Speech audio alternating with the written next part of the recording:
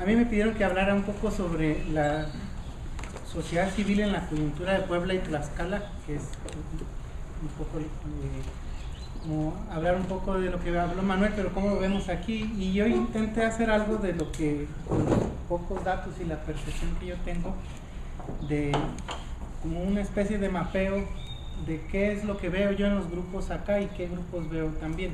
Entonces debo decir dos cosas. Una es que antes de que empiece como a hacer este mapeo de las organizaciones de la sociedad civil y sus diferentes posturas, una es que yo dejo, bueno, tomo como base que la definición de la sociedad civil como todas aquellas iniciativas que son diferentes de la dinámica del mercado y de la dinámica de las instituciones del Estado. Y todavía aún más ahí, lo que hago desde esta perspectiva es un análisis sociopolítico y desde los derechos humanos, porque ese es mi tema de trabajo, de la sociedad civil. ¿Qué quiero decir con esto? Que estoy dejando de lado todas las actividades que la sociedad, que los grupos que yo estoy analizando hacen en favor de otros, sino que qué parte de esa actividad que ellos hacen está orientada hacia la incidencia pública, hacia la incidencia legislativa, hacia la incidencia en políticas públicas. Entonces doy por supuesto que muchos de estos grupos hacen un trabajo de base con los migrantes, con las mujeres, con los pequeños productores, con grupos de educación popular, de comunicación, etcétera, proyectos ambientales.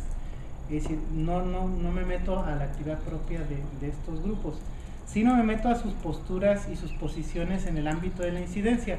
Entonces la segunda cosa que voy a decir es que también parto de la idea de que una sociedad civil fuerte es una que vincula la participación democrática con la vigencia de los derechos humanos, y que entonces en esa medida pone los problemas públicos como problemas que tenemos que solucionar entre todos desde ambas perspectivas.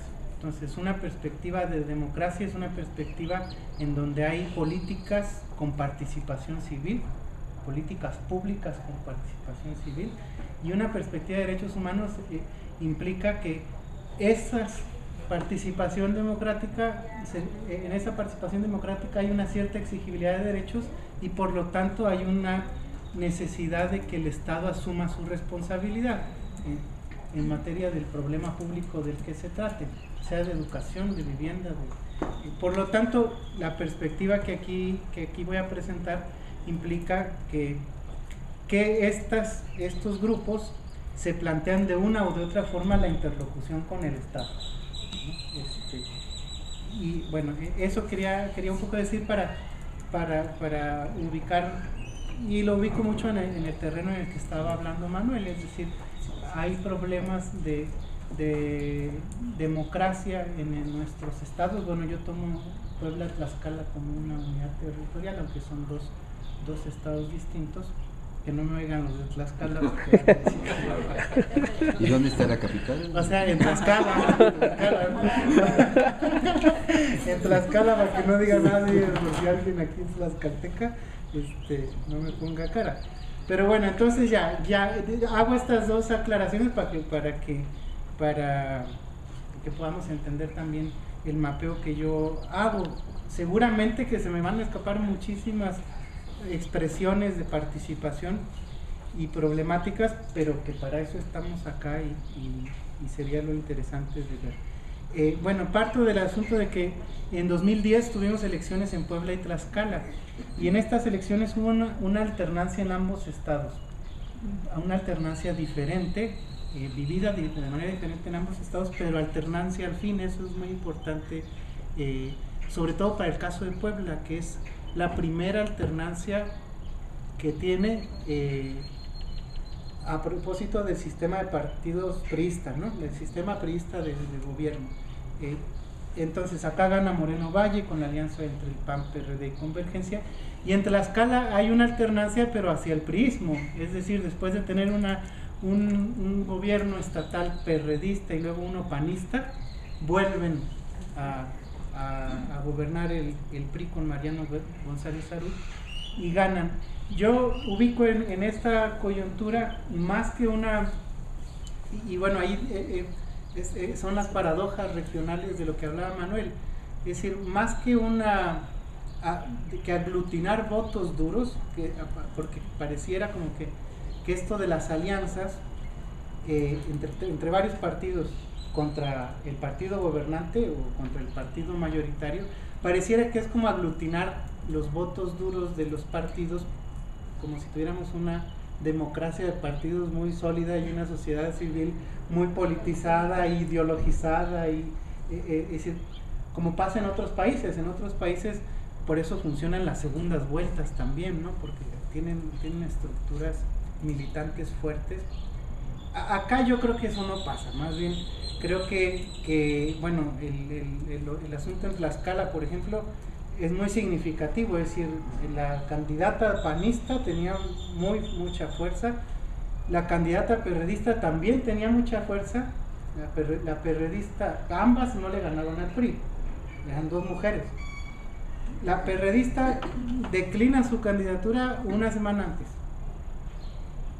Y en lugar de hacerlo desde el principio para sumar, pues, entonces lo que le provoca es más que una simpatía a la candidata panista, una antipatía a la propia candidatura perredista, y el voto se va para el PRI. Y entonces el PRI gana con un margen mucho más grande. Pero es una cuestión de percepciones de la gente más que de votos duros. Es una cuestión de cómo es que renunció 3 días antes de que se cierre la campaña, ¿no? Es así como que una desilusión. Entonces yo creo que en ambos estados creo que por eso también hay una manifestación de la sociedad civil en el voto, a propósito de los gobiernos, del gobierno de Marín. Si no es que aquí haya habido una suma de votos duros, sino que también hay una imagen de que el gobierno de Marín fue un gobierno nefasto, autoritario, impune, que bueno, lo que todos ya vimos, ¿no? que lo sabemos ahí, el gobierno precioso y todo eso. Entonces, bueno, hay un voto en contra de eso, de esa continuidad, de esa expresión, de ese, y bueno, pues también su candidato, pues era sí, era su dedo chiquito, era su hijo de dar a besar, dice, ¿no? Y en el caso de Héctor Ortiz también, en Tlaxcala, es un priista que domina la universidad durante mucho tiempo, y después se pasa al PAN, pero sigue gobernando, e hizo muchos negocios en un estado tan chiquito, pues luego se notan sus propios negocios. Entonces tiene una red de colegios particulares, la universidad prácticamente la privatiza, la universidad pública es la universidad más cara en Tlaxcala, va a ser más cara que las privadas. La UAT es más cara que la de la Universidad del Valle, es más cara. Pero yo, como no soy muy ignorante de Tlaxcala, puede ser un eje de vigilancia ciudadana, porque parece ser que también aquí con Doher, claro, hay un aumento de cuotas. Pero no es gobernador, ¿no? Sino que alcalde también se convierte en negocios de los extractores, ya sea como alcaldes o como gobernadores, en la privatización de la educación y las escuelas patitos. Bueno, por ahí va. Es que yo no sabía que eso estaba pasando en Tlaxcala también, entonces es un eje. Entonces ahí hay como una manifestación de la sociedad civil, que es como una manifestación de hartazgo, ¿no? De hartazgo frente al cinismo y frente a la impunidad. Eso es mi opinión. Luego, en esta coyuntura, bueno, hay un cambio de gobierno, y por lo tanto también hay un cambio en el ejercicio en los actores que negocian la estabilidad de los estados, ¿no? Es decir, Puebla y Tlaxcala son dos estados en donde no tenemos lo que está pasando en el norte del país, o lo que está pasando en Veracruz. Es que no es tan visto en las noticias, pero que es muy fuerte porque también el gobierno priista veracruzano ha pactado bastante bien con el narcotráfico. En realidad así es. Aquí tenemos esa estabilidad, y bueno, una hipótesis es que pues que hay un buen pacto, ¿no? Es decir, no me graben porque luego nos ponen ahí No, ya está arriba, ya está en la red. Pero ese es el asunto. Ahora, por ejemplo, como clima, como coyuntura política, una de las expectativas más fuertes de los diferentes grupos es ver cómo va a venir cómo van a controlar ese clima en los nuevos acuerdos.